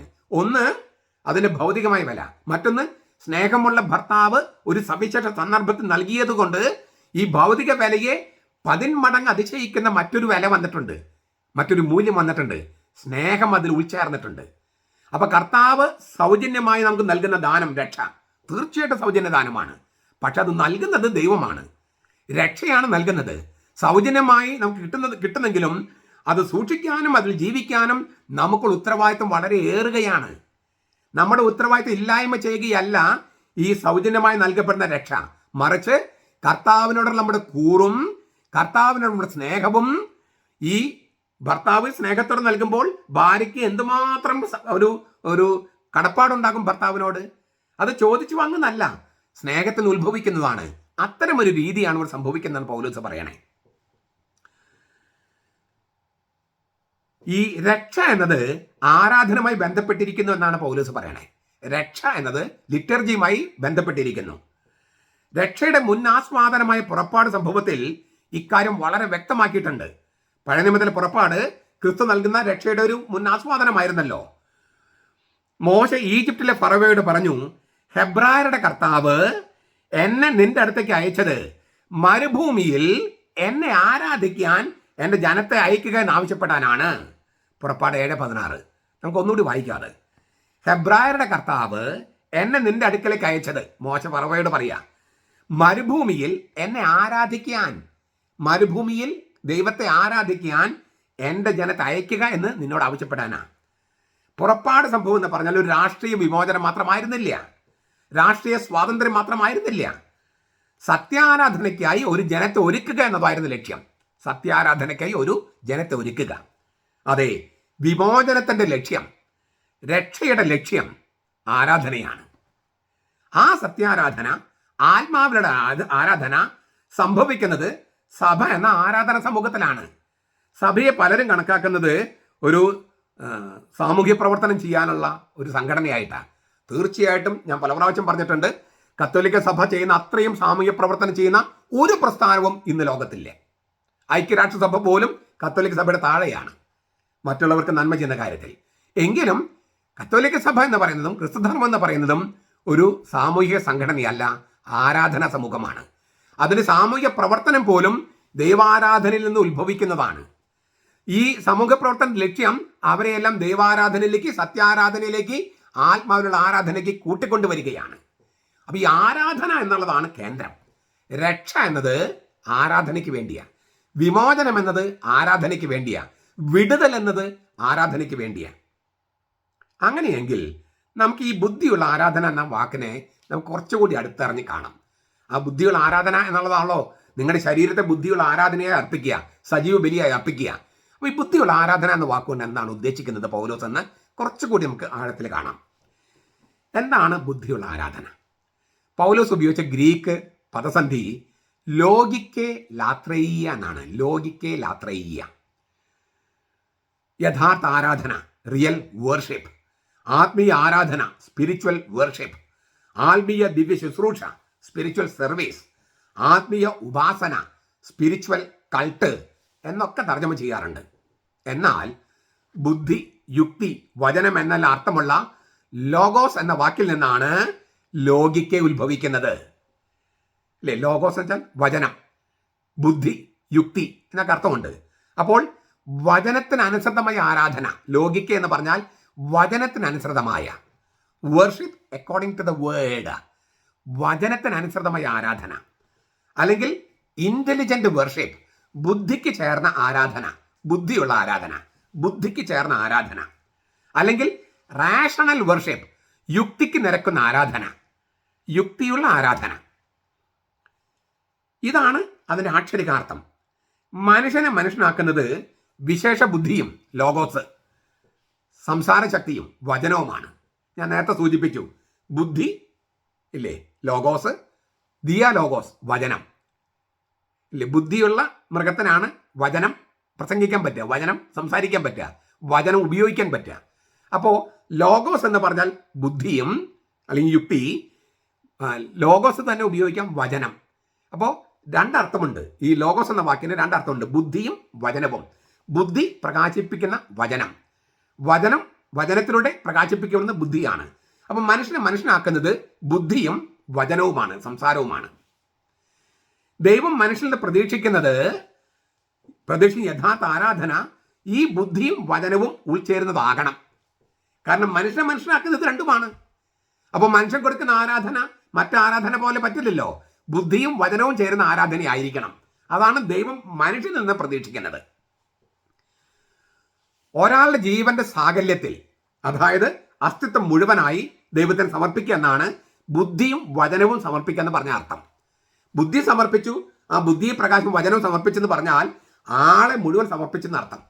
ആളെ മുഴുവൻ, മനുഷ്യൻ എന്ന വ്യക്തിയെ മുഴുവൻ സമർപ്പിക്കുന്ന അർത്ഥം. വ്യക്തി മുഴുവൻ വചനം പോലെയാകുക, ബുദ്ധി മുഴുവൻ വചനം പോലെയാകുക, ആളുടെ സ്വത്വം മുഴുവൻ, ഉണ്മയുടെ സാകല്യം മുഴുവൻ ദൈവം പോലെയാകുക. അപ്പോൾ വചനം എന്നതിന് ആദിയിൽ വചനമുണ്ടായിരുന്നു, വചനം ദൈവത്തോടു കൂടെയായിരുന്നു, വചനം ദൈവമായിരുന്നു. നമ്മുടെ വചനവും നമ്മുടെ ബുദ്ധിയും ദൈവത്തിൻ്റെ വചനവുമായിട്ട് ഒന്നാകുന്നതാണ്, അല്ലെങ്കിൽ ദൈവത്തിൻ്റെ വചനം പോലെയാകുന്നതാണ് ബുദ്ധിയുള്ള ആരാധന, അല്ലെങ്കിൽ യുക്തിക്ക് നിരക്കുന്ന ആരാധന. നമ്മുടെ ആളത്വം മുഴുവൻ, നമ്മുടെ ബുദ്ധിയും നമ്മുടെ സംസാരവും നമ്മുടെ വചനവും എല്ലാം ദൈവത്തിൻ്റെ വചനം പോലെയായിട്ട് മാറുക, ദൈവത്തിൻ്റെ വചനം പോലെയായിട്ട് മാറുക. അതാണ് വചനത്തിനനുസൃതമായ ആരാധന. അപ്പോൾ രണ്ട് ധ്വനികളുണ്ട് ആ വാക്കിന് ഇല്ലേ. വചനത്തിനനുസൃതമായ ആരാധന എന്ന് പറഞ്ഞാൽ ദൈവമായ വചനത്തിനനുസരണമായ ആരാധന.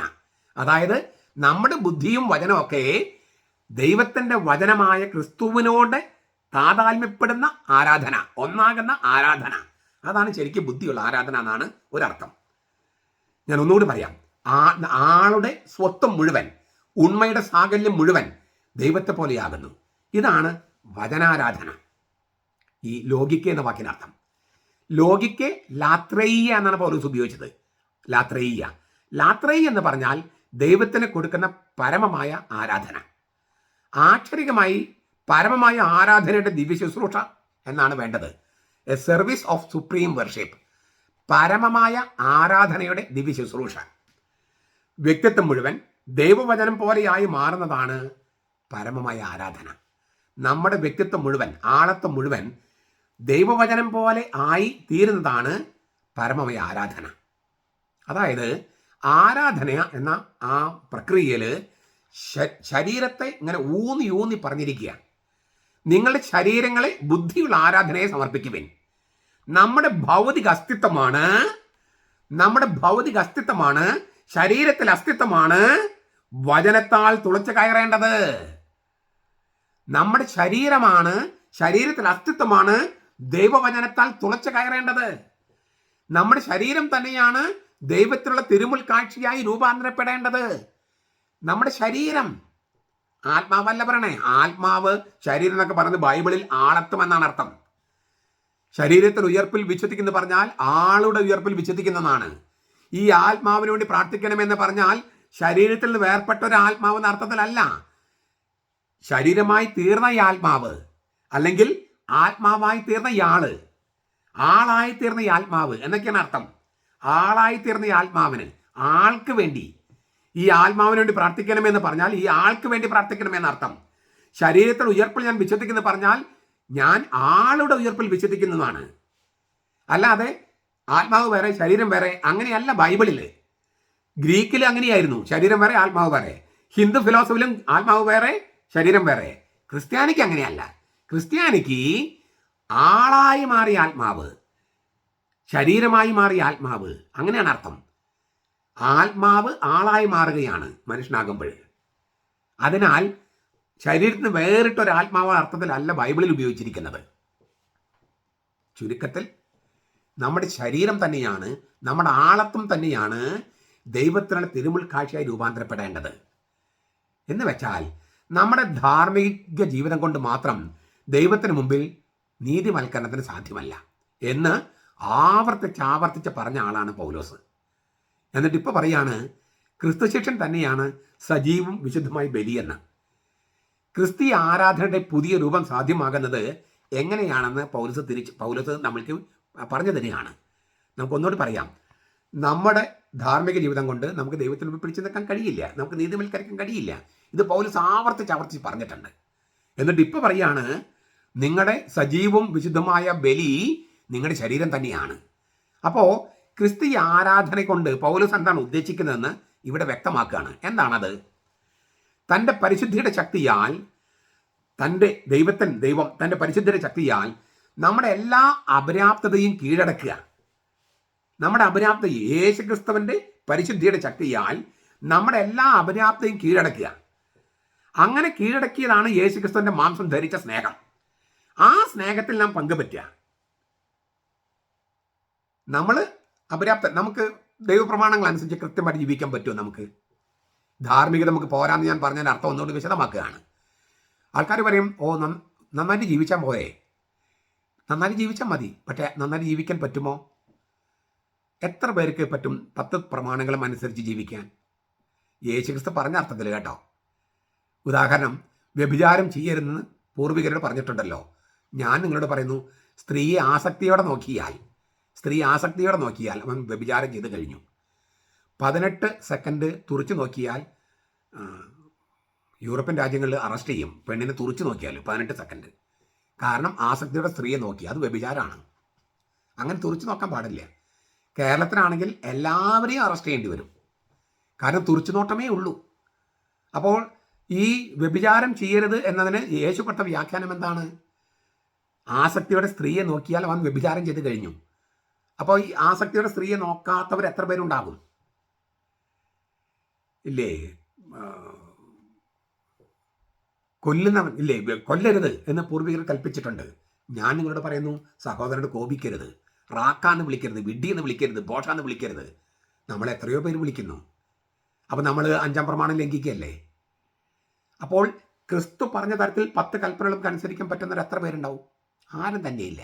നല്ലവനായ ആരുമില്ല, ഒരുവൻ പോലുമില്ല. ദൈവക്രമിൽ നിർമ്മിക്കപ്പെട്ട പരിശുദ്ധ കന്യകാമറി ഒഴികെ. അത് വേറെ വചനമാണ്. ഈ അവള് സിംഗുലർ ഗ്രേസ്, ഒരിക്കൽ ഇതപരിധി ഉണ്ടാകാത്ത ഒരിക്കൽ മാത്രം ദൈവം ചെയ്തൊരു സംഗതിയാണ് ഈ കൃപയിൽ നിർമ്മിക്കപ്പെട്ട പരിശുദ്ധ കന്യകാമറിയം. അവളെക്കുറിച്ചുള്ള വചനങ്ങൾ വേറെയാണ്. മറ്റെല്ലാ മനുഷ്യരും ബാധിക്കുന്ന കാര്യമാണ് ഞാൻ പറയുന്നത്.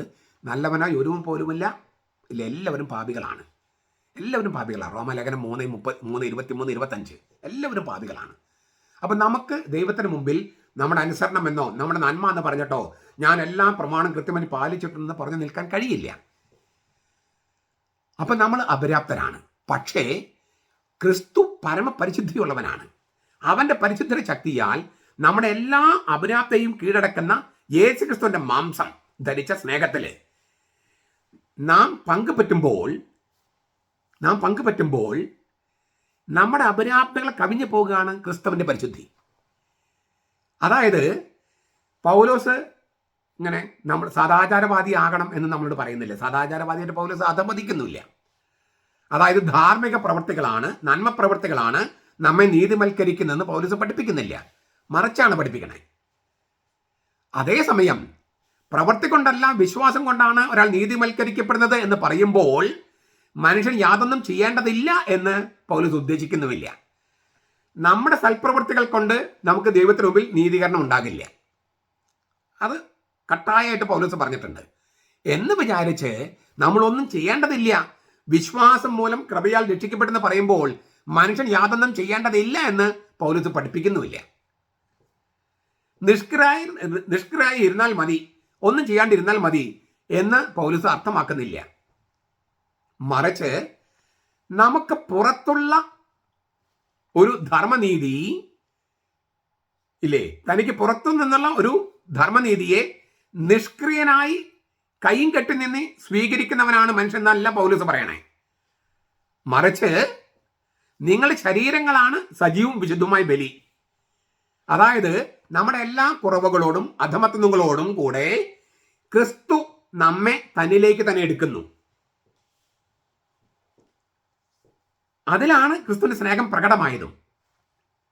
നമ്മുടെ എല്ലാ കുറവുകളോടും കൂടെ ക്രിസ്തു നമ്മെ തന്നിലേക്ക് തന്നെ എടുക്കുന്നു. അതിലാണ് ക്രിസ്തുവിന്റെ സ്നേഹം. നമ്മൾ മുഴുവൻ പാപികളും അല്ലേ, കുറവുകളുമുള്ളവരാണ്. പക്ഷെ അതൊന്നും പരിഗണിക്കാതെ ക്രിസ്തു നമ്മെ തന്നെ തന്നിലേക്ക് എടുക്കുന്നു.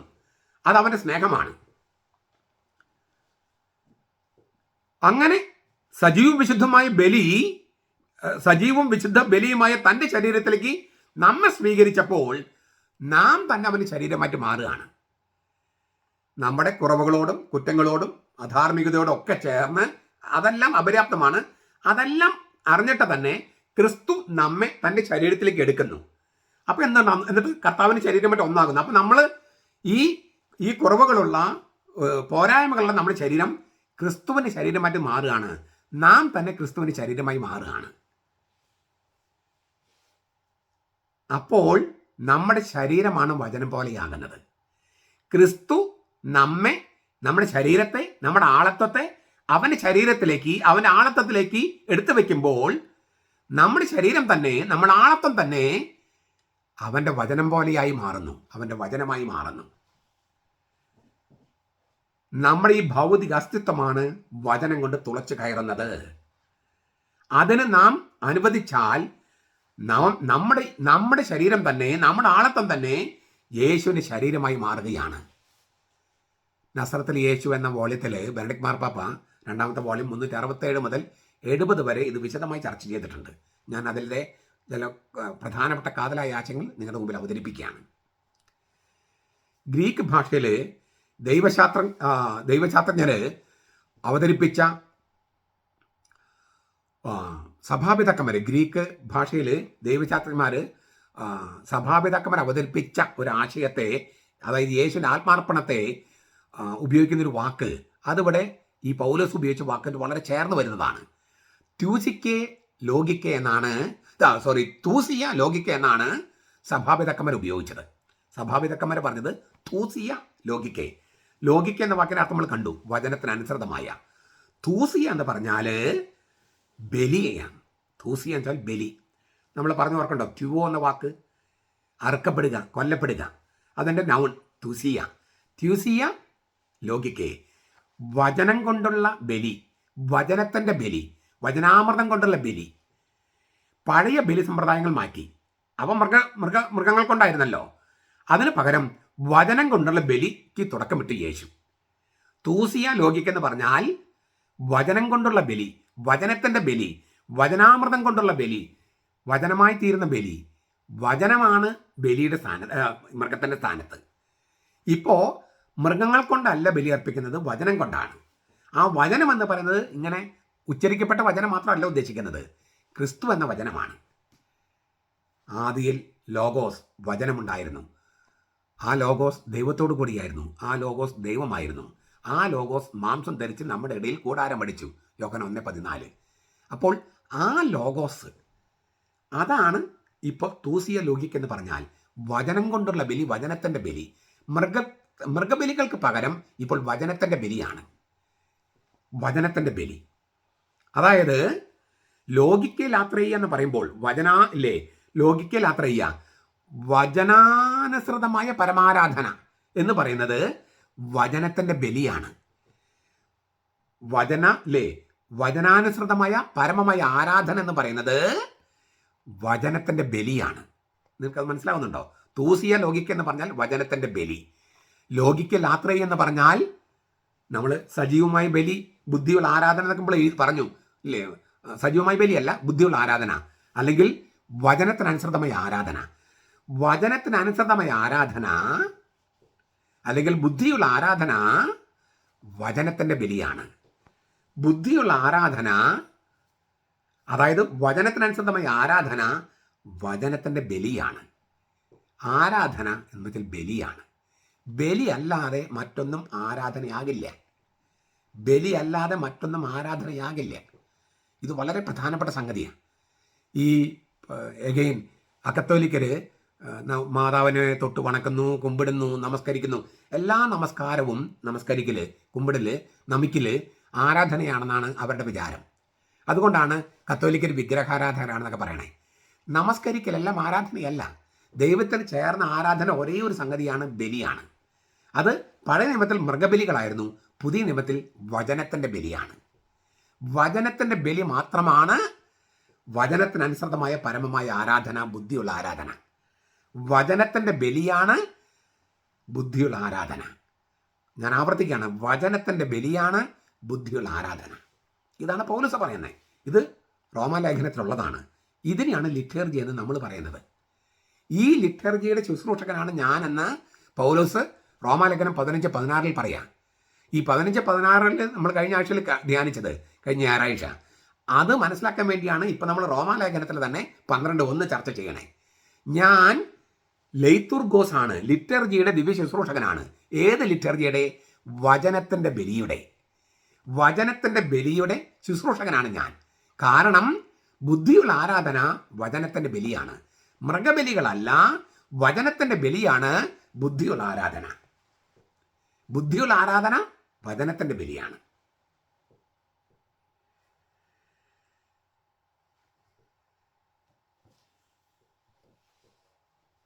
വചനത്തിനുള്ള ദിവ്യ ശുശ്രൂഷ, ലോകിക്കൽ യാത്രയ്യ, വചനത്തിന്റെ സ്തുതിപ്പ്, വചനത്തിന്റെ പരമാരാധന എന്നൊക്കെയാണ് നമ്മൾ ലോകിക്കൽ യാത്രയ്ക്ക് അർത്ഥം പറഞ്ഞത്.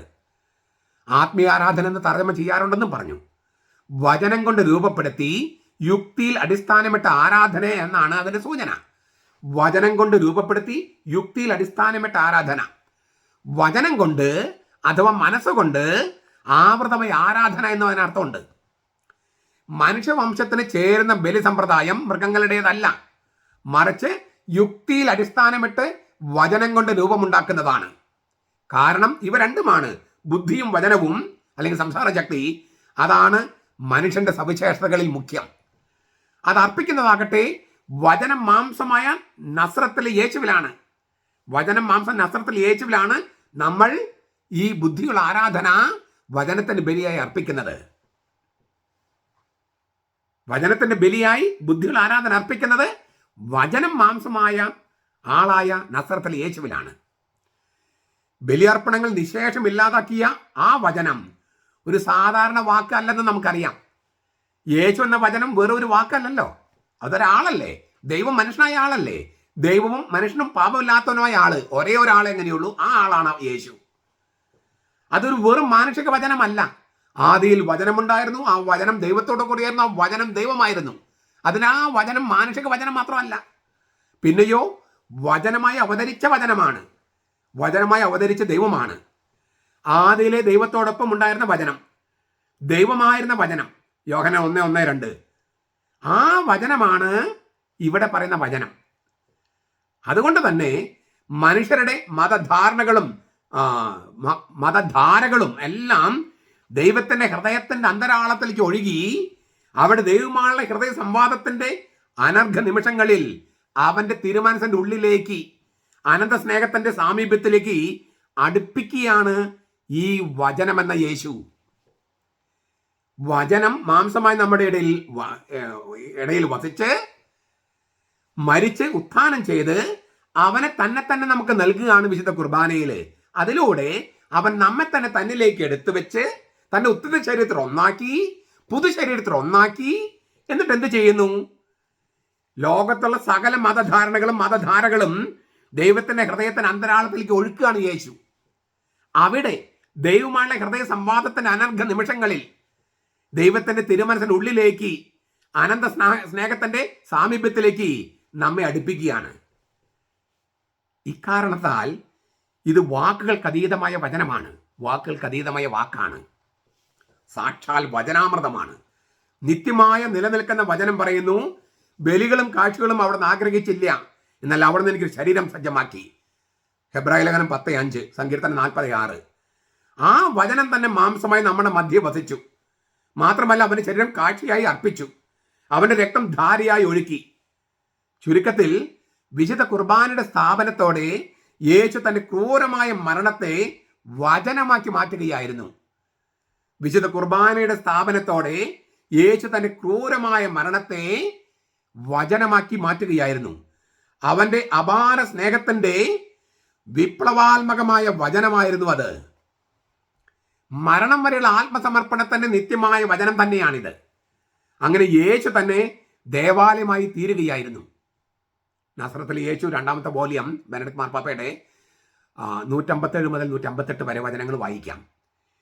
യേശുവിലേക്ക് ഉൾച്ചേർക്കപ്പെടുന്നവരും അവനെ കൂദാശകളിലൂടെ കൈക്കൊള്ളുന്നവരും അവന്റെ ദേവാലയമായും അവന്റെ വചനമായും രൂപാന്തരപ്പെടുന്നു, അവനായി രൂപാന്തരപ്പെടുന്നു. അപ്പോൾ യേശുവിന്റെ ബലി അവരുടെ ആരാധനയായി മാറുന്നു, നമ്മുടെ ആരാധനയായി മാറുന്നു. യേശുവിന്റെ ബലി നമ്മുടെ ആരാധനയായിട്ട് മാറുന്നു. വിശ്വാസ ജീവിതത്തിന്റെ ബഹിസ്ഫുരണമാണ് ശരിക്കുള്ള യഥാർത്ഥ ആരാധന. അതായത് വിശ്വാസം പ്രകാശിപ്പിക്കുന്നതാണ് ആരാധന.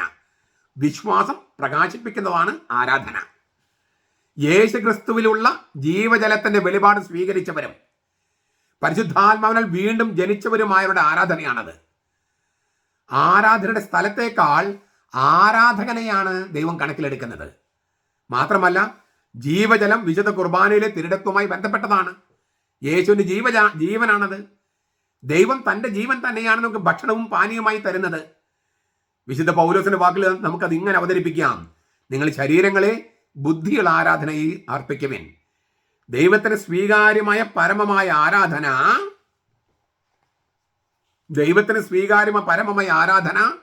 വിശ്വാസികളുടെ ശരീരമാണ്, വചനമായി തീർന്ന ശരീരം. നമ്മുടെ ശരീരം ദൈവവചനമായി തീരുന്നതാണ് യഥാർത്ഥവും പരവുമായ ആരാധന. നമ്മുടെ ശരീരവും രക്തവും ദൈവവചനമായി തീരുന്നതാണ് പരമമായ ആരാധന. അങ്ങനെ നമ്മുടെ ശരീരം രക്തവും ദൈവവചനമായി മാറുന്നതാണ് വചനത്തിൻ്റെ ബലി. അപ്പോൾ ക്രിസ്തുവിൻ്റെ ബലി നമ്മുടെ ബലിയായിട്ട് മാറുകയാണ്. ക്രിസ്തുവിൻ്റെ ബലി നമ്മുടെ ബലിയായിട്ട് മാറുക. ചെറിയ സംഗതികളല്ല പറയുന്നത്. നമ്മുടെ ജീവിതം ദൈവവചനത്താൽ തുളച്ചു കയറുന്നതും നമ്മുടെ ജീവിതം തന്നെ ദൈവവചനമായി രൂപാന്തരപ്പെടുന്നതുമാണ് ദൈവത്തിന് കൊടുക്കാൻ പറ്റുന്ന പരമമായ ആരാധന. അങ്ങനെ ജീവിതം തന്നെ ദൈവവചനമായി മാറിയവരെയാണ് സഭ വിശുദ്ധരെന്ന് വിളിക്കുന്നത്. അത് കൗദാശികമായി വിശുദ്ധ കുർബാന സംഭവിക്കുന്നു.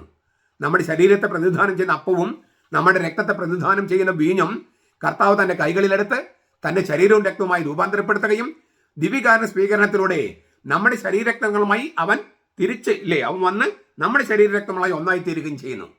മനുഷ്യരും ദൈവവും ഒന്നായി മാറുന്നു, ഒന്നായി തീരുന്നു. ഇത്ര വലിയ ഐക്യതയാണ് സംഭവിക്കുന്നത് എന്നതിനാൽ ആത്മശോധന കൂടാതെ ദിവ്യകാരുണ്യം സ്വീകരിക്കാൻ പാടില്ല. അങ്ങനെ സ്വീകരിച്ചാൽ സൗഖ്യമല്ല, രോഗമാണ് ഉണ്ടാവുക. 1 കൊരിന്തോസ് 11:27-30. കുർബാനയുടെ അപ്പക്കഷ്ണം സ്വീകരിച്ചതിനെ തുടർന്ന് സാത്താൻ യൂദാസിൽ പ്രവേശിച്ചു എന്നും യോഹന്നാൻ പറയുന്നുണ്ട്.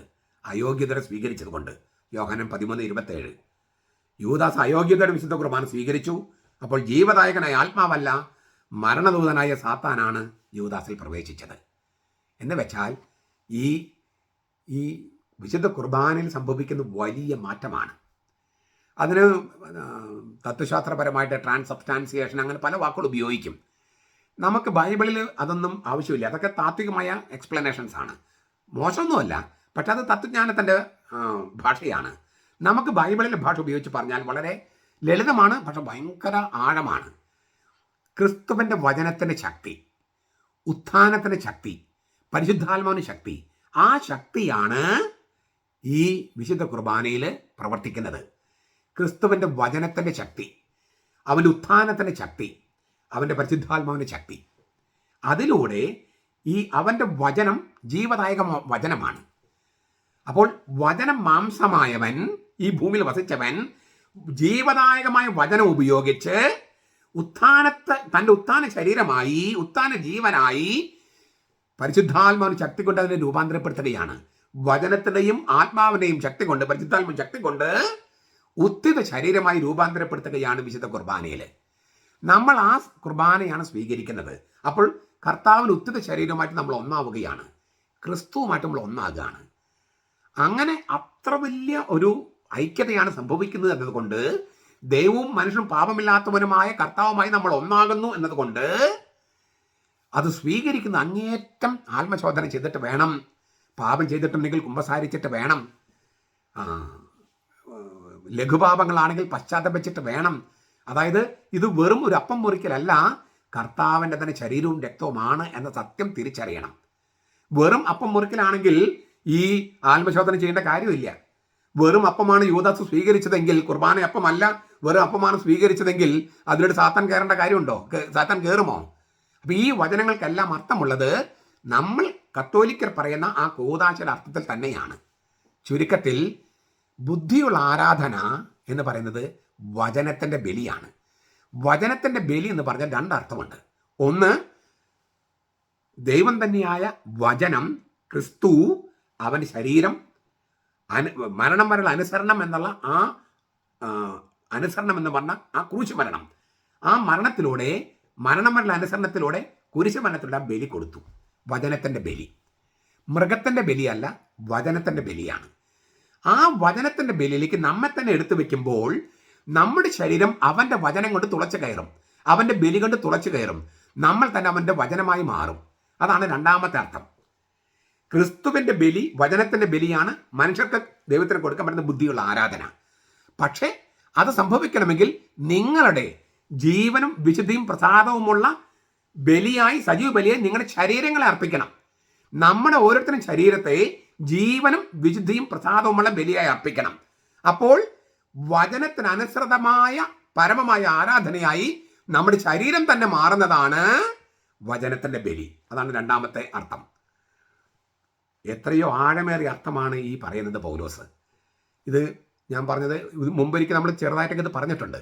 ഞാൻ രണ്ടാമത് പറയുന്നതിന് കാരണം ഇനിയും ഒരു 3-4 പ്രാവശ്യം പറഞ്ഞാലാണ് ഇതിൻ്റെ ശരിയായ അർത്ഥത്തിലേക്ക് എത്തൂ എന്നാണ് ഞാൻ വിചാരിക്കുന്നത്.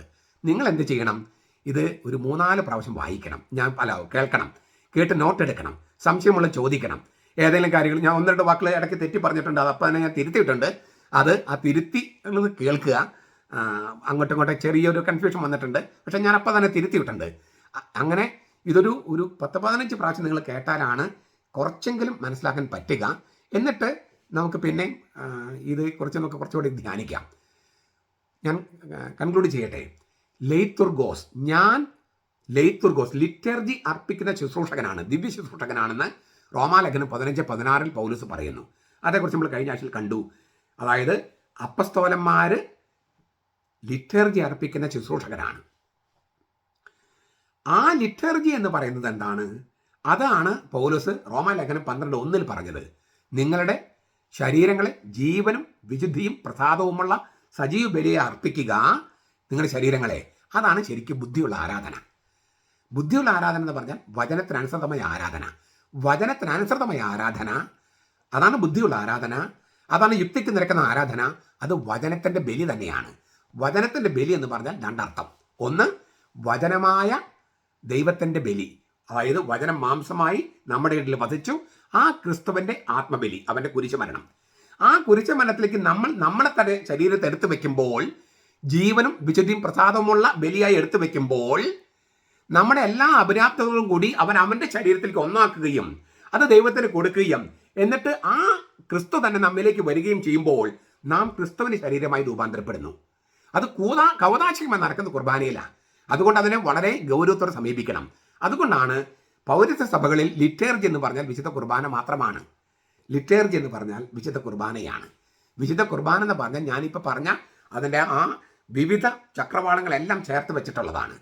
അപ്പോൾ ലിറ്റേർജി എന്ന വാക്കിൻ്റെ കുറച്ചുകൂടി അടുത്ത് നമ്മൾ എത്തുകയാണ്. കഴിഞ്ഞ ആഴ്ചയിൽ നമ്മൾ കണ്ടു ലിറ്റേർജിയുടെ ശുശ്രൂഷകൻ. ഇപ്പം നമ്മൾ കണ്ടു എന്താണ് വചനത്തിൻ്റെ ബലി അഥവാ ലിറ്റേർജി എന്ന് പറയുന്നത്.